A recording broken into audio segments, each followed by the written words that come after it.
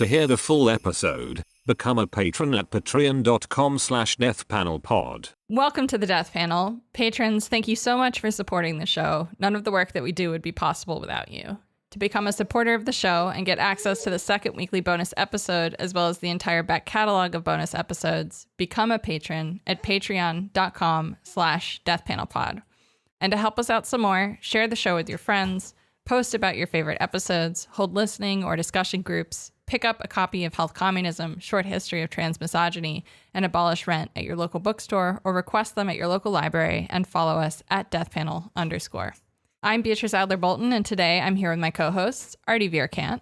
Hello. And Tracy Rosenthal. Hello. And just to let you all know at the top that by necessity, Baby Death Panel is joining us for this recording today, so apologies in advance for any baby noises that may become a part of this episode.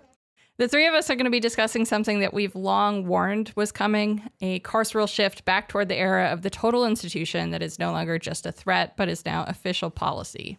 On July 24th, the White House issued a sweeping executive order called Ending Crime and Disorder on America's Streets. It masks a dangerous pivot in homeless and mental illness policy behind the language of public safety and state benevolence.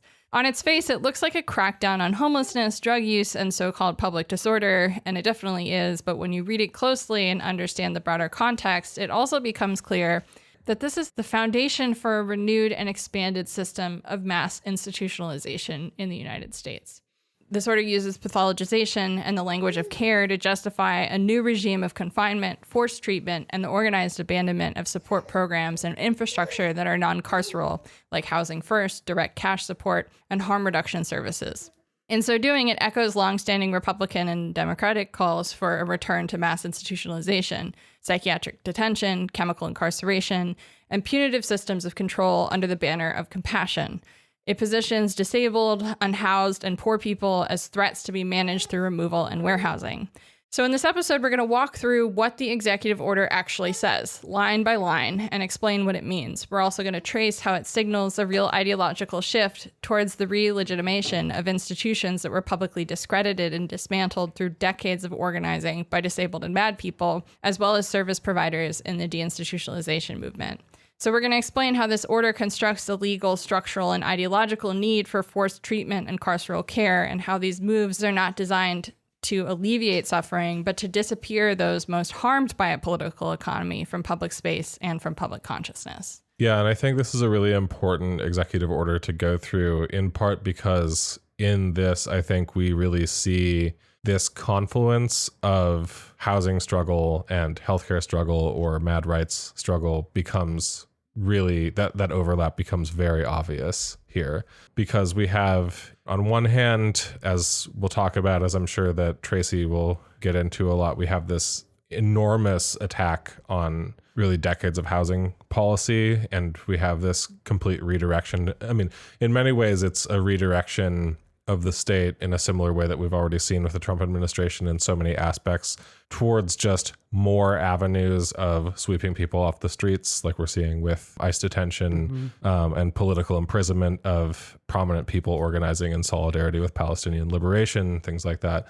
And then in another very real sense, it's also attempting to roll back really decades of mad rights organizing victories.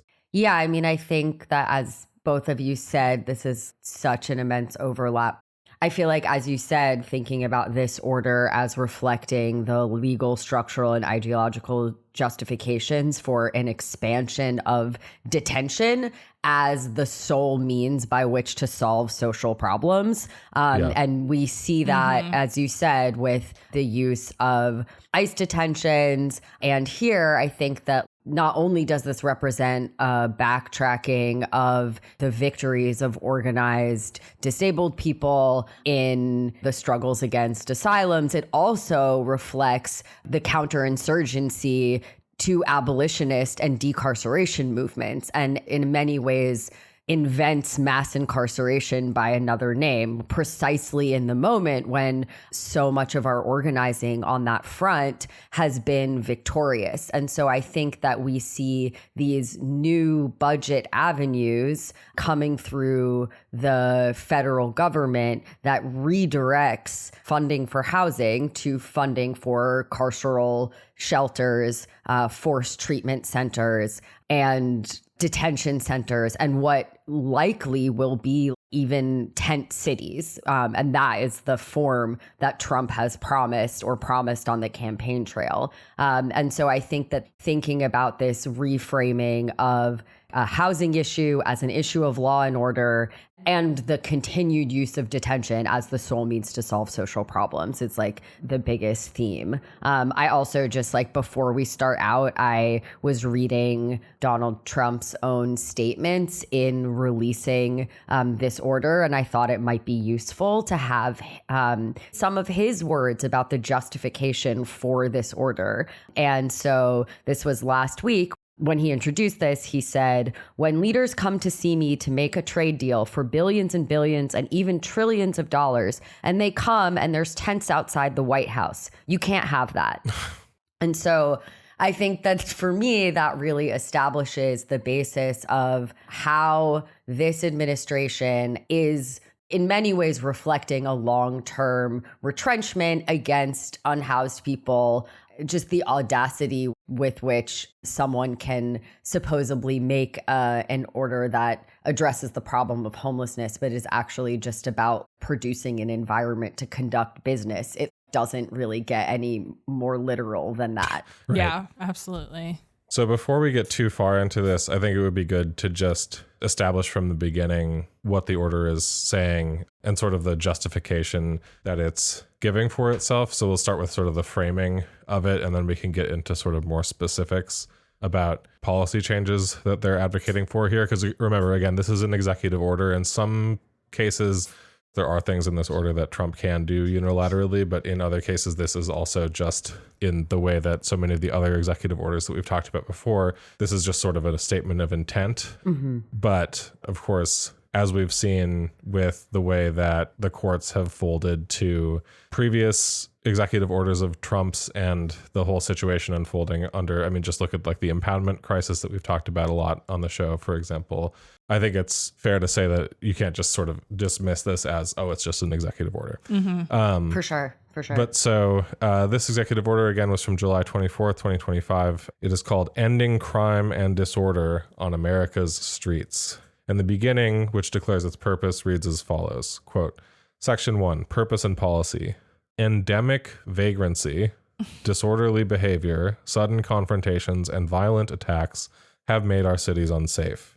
The number of individuals living on the streets in the United States on a single night during the last year of the previous administration, 274,224, was the highest ever recorded. The overwhelming majority of these individuals are addicted to drugs, have a mental health condition, or both. Nearly 2/3 of homeless individuals report having regularly used hard drugs like methamphetamines, cocaine, or opioids in their lifetimes. An equally large share of homeless individuals reported suffering from mental health conditions. The federal government and states have spent tens of billions of dollars on failed programs that address homelessness, but not its root causes, leaving other citizens vulnerable to public safety threats. Shifting homeless individuals into long-term institutional settings for humane treatment through the appropriate use of civil commitment will restore public order. Surrendering our cities and citizens to disorder and fear is neither compassionate to the homeless nor other citizens. My administration will take a new approach focused on protecting public safety, unquote.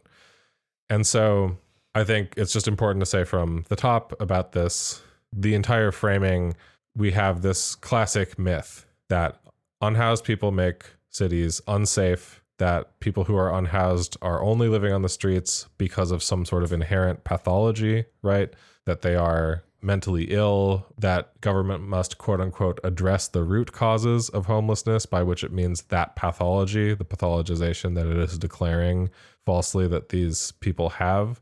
And on top of that, that failure to act on this is a failure of, quote unquote, compassion. Mm-hmm. So we have just sort of the entire basket of what we've talked about variously at different points as care washing, as carceral saneism, you name it, that we have to help people by hurting them. We have to disappear people into treatment under the auspices that they are a danger to themselves unless they are forced to behave normatively. And that, I think, is going to be the subject of a lot that we talk about today. Yeah, absolutely. You know, this opening point sets up the moral panic, right? Like, it's obviously not, quote unquote, evidence-based. It's pure vibes. It's coded language of ideology that's meant to justify the criminalization of poverty, madness, disability, or any non-normative behavior, like choosing to sleep outside, for example. Ultimately, like, it uses the, nominal claim to public safety as a way of justifying containment. And it has this historical echo that mirrors the rhetoric that was used against, for example, first wave deinstitutionalization in the 50s, and also has been used in favor of expanding the prison industrial complex during, the expansion of mass incarceration. Ultimately, like as Artie said, it asserts that this root cause that it's claiming to uniquely be combating here is individual pathology. And in so doing, it also absolves the political economy of, by default of being involved in this at all. The problem becomes other people, people's destinies, their pathology, their diagnoses, the fact that they are in public versus being out of public view. And ultimately, this pathologization of poverty is a total erasure of the structural and economic causes. And also it's a narrative about causality, this myth of disordered individuals in need of a cure. It turns organized abandonment into individual failings, positions, mad and unhoused people as inherently dangerous rather than exploited and dispossessed.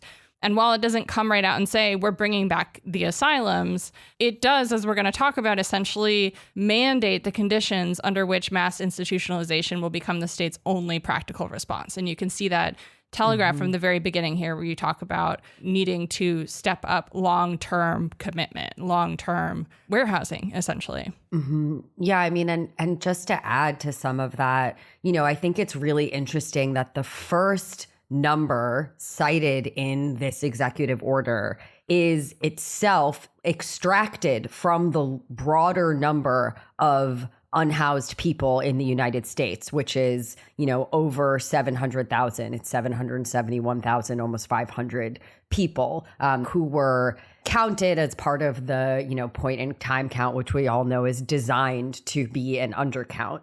But I think that it's really important that he's making the move to extract the number of unsheltered people from the number of unhoused people. And it's participating in this sort of long process of cordoning off sections of the population from each other. And we see this in many ways as the quote unquote homelessness crisis is addressed separately from the crisis of housing. To me, that really just is a continuation of that work. I think it's also the use of the language, surrendering our cities, to people living outdoors, and the to way endemic vagrancy. Yeah. I mean, the use of the term endemic. And surrendering, which is also a word that comes from like virality, or this idea of, it's interesting to continue to use that language of blight and contagion and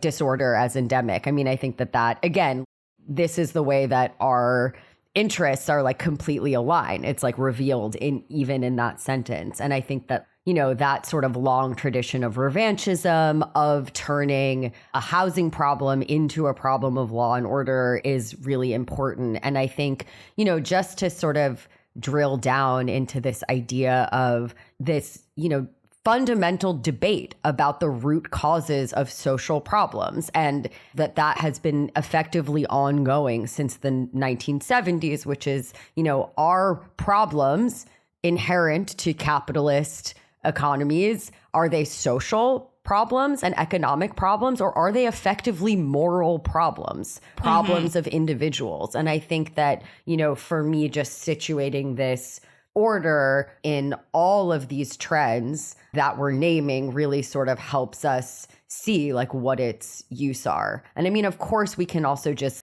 defeat the lie that the overwhelming majority of people who live outdoors suffer from some kind of severe mental illness. Like the data just simply doesn't support that. So we should know not to expect any better than for him to outright lie in the context of leveraging what is effectively a hatred of poor people. But it is fascinating that it's like in the first paragraph. Absolutely. And I think this actually provides us kind of an opportunity here because they are uniting the struggles here for us in a way, housing struggle and disability or madness struggle, because when you look at this order, even in just the brief bit that I've read so far, they're using this sort of longstanding myth that homelessness is caused not by capitalism, not by the political economy, not by the market, but by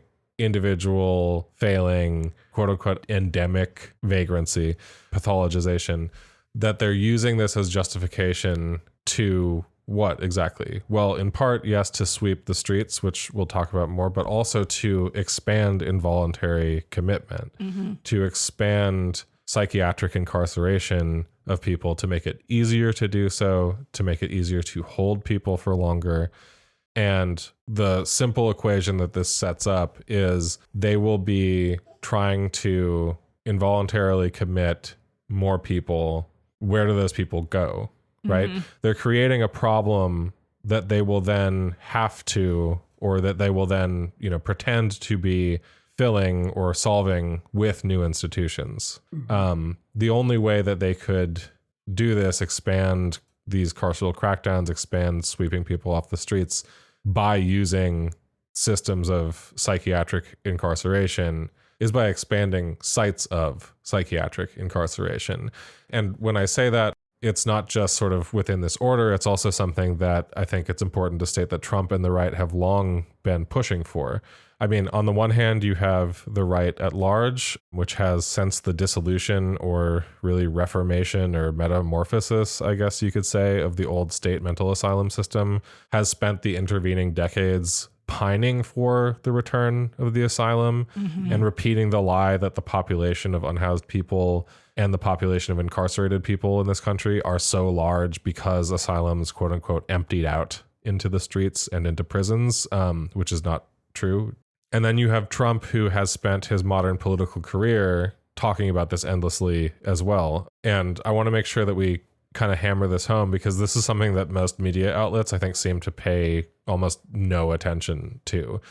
Partially, I think, because involuntary commitment and psychiatric incarceration is also something that has become a liberal talking point. You see that in Gavin Newsom, in Kathy Hochul holding up the New York State budget earlier this year to secure both a mask ban and an expansion of involuntary commitment, right? But you have, for example, I want to play a clip actually from 2019, because much like we saw with Medicaid cuts, where I think it was in the episode called Waste, Fraud, and Abuse, I played a clip from Russell Vought that was from kind of the tail end of the first Trump administration declaring what they wanted to do with Medicaid. And we saw like exactly the same, practically word for word rhetorical construction for the ways that they went about attacking Medicaid and trying to impose work requirements on the program. This battle that they unfortunately just won, right? We saw that in 2019. Similarly, just at the tail end of the Trump administration, we also saw a very similar outlay of exactly what they want to do with psychiatric incarceration and expanding or re-implementing an asylum system that I now think that this order is our sort of first evidence of them actually truly pursuing. So let me just play this clip. This is from December 19th, 2019 at what was billed as a mental health summit during Trump's first administration. In the 1950s, there were over 250,000, but it's really 550,000. Could be probably, there's no really accurate way of figuring it out, but they're looking at 610. They have numbers that are all over the place. But these were people in mental hospitals and mental hospital beds in the U.S. By 2016, this number declined to 37,679. They had a much more accurate number. The first they didn't really know, and the second they knew, 37,000. But it was anywhere from 550 down to 37,000 beds. There are more than if you look at it, over 100,000 homeless individuals with serious mental illness. And we must give major consideration to building new institutions. You know, when I was growing up in Queens in New York, we had a number of mental institutions, and I'd look and I'd see these big buildings, and all of a sudden you go and you don't see them anymore. And you say, what happened to all of those beds? What happened to all of that work? And where are those people? And in many cases, those people are living on the streets. It's much different. And somebody made a decision a long time ago, and they did it for budgetary reasons. But we have to take care of our mentally ill. We have to help people that are having problems. But I see it so many areas of, in Queens and other areas, New York City, you saw these massive buildings. In some cases, they did great work. I guess not in all cases. But you don't have them anymore, Dr. Drew. You don't have them. They're gone. And you say, and these are thousands, tens of thousands of rooms. And you say, well, we have more population now, and yet we have far less beds and rooms. So we're doing something about it. At the same time, we need to keep very dangerous people off our streets. We want to take care of the mental illness, but we have a lot of very dangerous people on our streets. Yeah, I mean, this is such an important quote. And, you know, one of the things that I always think is really important to mention when we're thinking about what it means for there to be calls to reopen the asylum system, this, you know, brings us to this intersection we're talking about between housing and Madden health justice, because turning to the work of Liat Ben-Moshe, good friend of the panel, she's been on the show many times. She wrote a fantastic book called Decarcerating Disability that is all about deinstitutionalization. She has this idea called the new asylum thesis that she writes about in chapter 4 of that book, which is all about this. And essentially what she talks about is that this idea that closing asylums resulted in this direct increase in the populations of unhoused people and in the populations of incarcerated people is not only wrong, but it's also a manner of using the reified category of the quote unquote homeless mentally ill and using the idea that, you know, which is often repeated, that prisons are the largest service provider of mental health care in the United States, which is a line you hear often. These two framings and the new asylum thesis itself is a way of essentially avoiding the conversation around the criminalization of housing insecurity that occurs after deinstitutionalization, right? Not simultaneously with, but after deinstitutionalization begins in the 1950s. So you have the idea here is that when institutions were open, this was the era of the total institution. So you have this regime where the smallest thing, the smallest non-normative behavior can get you incarcerated in an asylum for life, right? This is the era of the total institution where there are people of all different pathologies who are held in these institutions for decades, if not the rest of their lives. And so starting in the 1950s, you have a movement from within the asylums to close them down. And part of that has to do with the conditions of the asylum, and part of that has to do with certain changes in how the state funds these and how many people are in asylums and how states can afford this type of warehousing care, right? And so the new asylum thesis basically posits that that era of the total institution was perfect and great because all of the people with non-normative behavior were swept up off the streets and put in these institutions, and you didn't have to look at them and you didn't have to think about them. And, you know, the kind of idea of, oh, well, some of them were probably getting care even though some of these institutions were horrible. They were all horrible. They were all absolutely horrible. The conditions in these institutions were abysmal, and that is part of the reason why deinstitutionalization happened. Deinstitutionalization also never was actually funded the way it was promised to be funded. And so you have this kind of idea that perpetuates that, oh, well, we didn't totally meet the promises of deinstitutionalization, and we let all these people out, and you conveniently leave out the criminalization of housing insecurity. You conveniently leave out changes in the housing market, in the labor markets. And in terms of like healthcare access, for example, during the same period, you leave out the rise of mass incarceration, which is part of the war on drugs and part of these other dynamics. And you say, oh, look, here's a really easy example of what happened to these people. This is the same population that has been moving from the institution into public social life who needs to be moved back into the institution. And this is kind of like the the totalizing narrative of this being a simple problem that needs to be fixed the way we used to fix it, essentially, is the argument that's often made. So just to sort of like put a finer point on this, essentially this executive order declares an emergency, right? Endemic vagrancy. It's framed around public disorder, visible madness, quote unquote, urban decay, danger.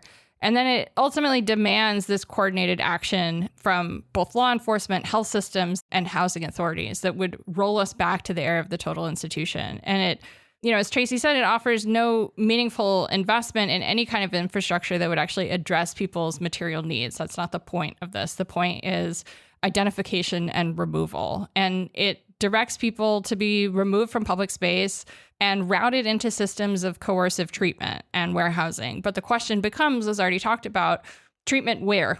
This is the kind of sleight of hand that's happening. And ultimately, this order pulls out so much funding from things like Housing First, things that could actually give people access to shelter, pours it back into these coercive, forced alternatives, to borrow your word for it, Tracy. And ultimately, like, the logic becomes that the order itself may not demand new asylums, but the policy environment that it creates, whether that's through the shifting of funding from more affirming alternatives to forced treatment, housing that requires like participation in drug programs, things like that, carceral treatment facilities, by taking it sort of and putting funding fully into those carceral avenues and pulling it out of anything that's like at all leaning away from the carceral pathways, the order invents a policy environment that is going to necessitate a return to asylums, which, you know, that quote from Trump of, you know, things used to be great. We had all these buildings and they housed all these people and now they're gone and we need to bring them back so that we can look at the buildings and not look at the people inside of them anymore, is essentially what this order is setting up in terms of what would be required by some of the provisions that it prioritizes, essentially. Right. It doesn't necessitate, I guess, rather it produces its own justification for that. Yeah. And we see that so to continue through this executive order.